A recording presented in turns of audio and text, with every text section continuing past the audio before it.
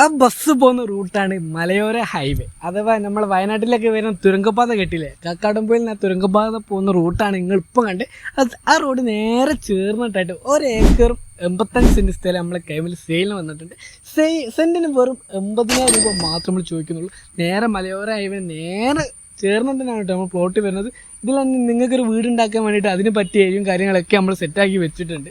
പിന്നെ റബ്ബർ വരുന്നുണ്ട്, 100 തെങ്ങ് വരുന്നുണ്ട്, നല്ല വരുമാനം കിട്ടുന്ന ഏരിയയാണ്.